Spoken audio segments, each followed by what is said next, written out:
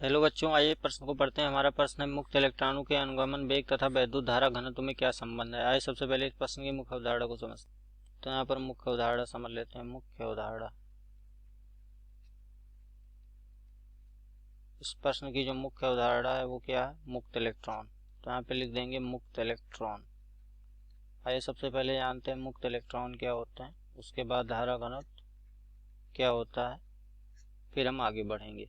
तो यहाँ से एक चित्र के माध्यम से समझेंगे। ये हमारा क्या है? एक चालक है जिसकी लंबाई L है, और ये क्या है? इसके अनुप्रस्थ काट के क्षेत्रफल है। L लंबाई का एक चालक है, इसका ये अनुप्रस्थ काट A है।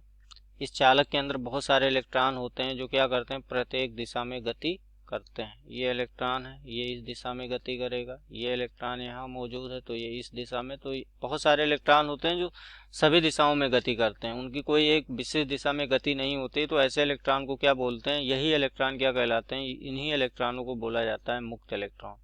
इनको क्या बोला गया? मुक्त इलेक्ट्रॉन। तो ये होते हैं मुक्त इलेक्ट्रॉन। मुक्त इलेक्ट्रॉन।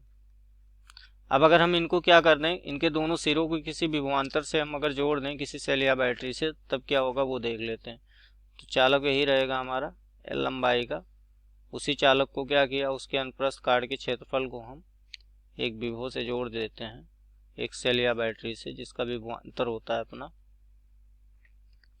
तो यहाँ से ये हमारा क्या है? एक सेल है, धनात्मक या ऋणात्मक सिरा जिसका विभवांतर B है।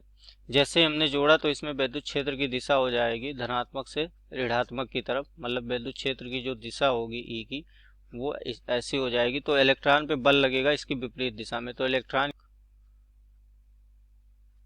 ऐसी दिशा में क्या करेंगे? व्यवस्थित कर लेंगे। ये हो गया हमारे इलेक्ट्रॉन की दिशा। तो इलेक्ट्रॉन इस दिशा में गति करेंगे, विपरीत दिशा में, क्योंकि इन पे बल लगेगा। बल के कारण क्या होगा? ये एक विपरीत दिशा में गति करेंगे और गति के कारण इनके अंदर एक वेग आएगा। उस वेग को क्या कहेंगे? अनुगमन वेग, जिसको हम Vd से प्रदर्शित करते हैं। तो जैसे ही इसमें त्वरण होगा, तो जब त्वरित आवेश जब त्वरण करते हैं, गति करते हैं, उनमें त्वरण होता है तो ऐसे तो उस पर धारा प्रवाहित होती है। इस त्वरण के कारण आवेशित कण जब त्वरित होते हैं तो धारा प्रवाहित होती है, और वो धारा इस चालक में हो जाएगी I बराबर Q बटे कुल आवेश का मान बटे समय। कितना समय ले रहे हैं एक सिरे से दूसरे सिरे में जाने में आवेश। और जो धारा घनत्व होता है वो हम जानते हैं क्या होता है? धारा घनत्व क्या होता है? धारा घनत्व होता है J बराबर, धारा घनत्व को कहते हैं धारा बटे अनुप्रस्थ काट का क्षेत्रफल। तो ये दो सूत्र हम यहाँ पर प्रयोग करेंगे। अब यहाँ से अगर हम देखें तो यहाँ पे अगर हम देखें तो प्रति एकांक, माना हमने कि प्रति एकांक आयतन में, चालक के प्रति एकांक आयतन में इलेक्ट्रॉनों की संख्या अगर हम क्या ले लें? N ले लें। तो L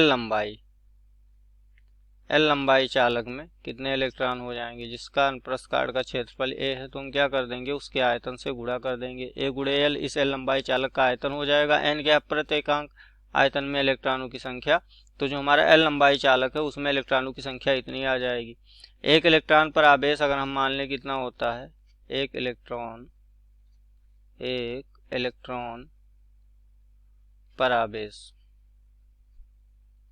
तो वो हमें मिल जाएगा कितना? वो हमें मालूम है, वो होता है E के बराबर माइनस E के बराबर। तो यहाँ से अगर हम कुल आवेश निकालें इस L लंबाई चालक में, तो कुल आवेश बराबर हमारा आ जाएगा, कुल आवेश बराबर हो जाएगा, इसको क्या कर देंगे? इस पूरे इलेक्ट्रॉन को इससे गुणा कर देंगे तो हो जाएगा N, ये L, ये इलेक्ट्रॉनों की संख्या गुणे में E।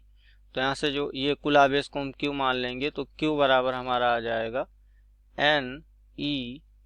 ये हो जाएंगे कुल आवेश। Bd यहाँ पे दिया गया है, Bd क्या? अनुगमन वेग, अनुगमन वेग। चलिए आगे निकालते हैं हम। तो यहाँ अगर हम आगे निकालेंगे कुछ अपना मान, तो यहाँ से हम अनुगमन वेग, वेग बराबर क्या होता है? दूरी बटे समय। तो यहाँ पे वेग, अनुगमन वेग Bd है, और दूरी क्या है? चालक की लंबाई, इलेक्ट्रॉन इतनी दूरी तय करेगा, और टाइम क्या लिया? T। तो यहाँ से अगर हम T निकालें तो T बराबर हमारा आ जाएगा L बटे Bd। ये हो जाएगा, इसको मान लेंगे समीकरण 1। फिर यहाँ से अगर हम धारा निकालें तो धारा बराबर I बराबर क्या होता है? Q बटे T। Q का मान हमने यहाँ पे निकाल रखा है, तो इसका मान Q की जगह अगर रख देंगे तो धारा बराबर हमें मिल जाएगा N NEAL अपान T। अब बटे में T है तो T का मान यहाँ से रख देंगे तो L यहाँ आ जाएगा और BD कहाँ चला गया, ऊपर। तो ये BD हमारा ऊपर चला जाएगा, L से L कट जाएगा तो जो धारा का मान आ जाएगा वो हो जाएगा NEABD।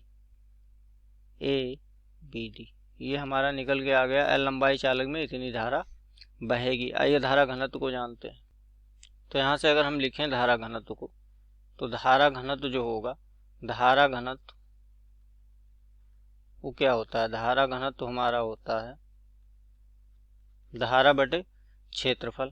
किसी भी अनुप्रस्थ काट के क्षेत्रफल में जो धारा प्रवाहित होती है अभिलंब मतलब ऊर्ध्वाधर, तो उसको क्या कहते हैं, धारा घनत्व कहते हैं। तो धारा को I से करते हैं और क्षेत्रफल को A से, धारा घनत्व को J से। तो J बराबर हमें क्या मिल गया, I बटे ये।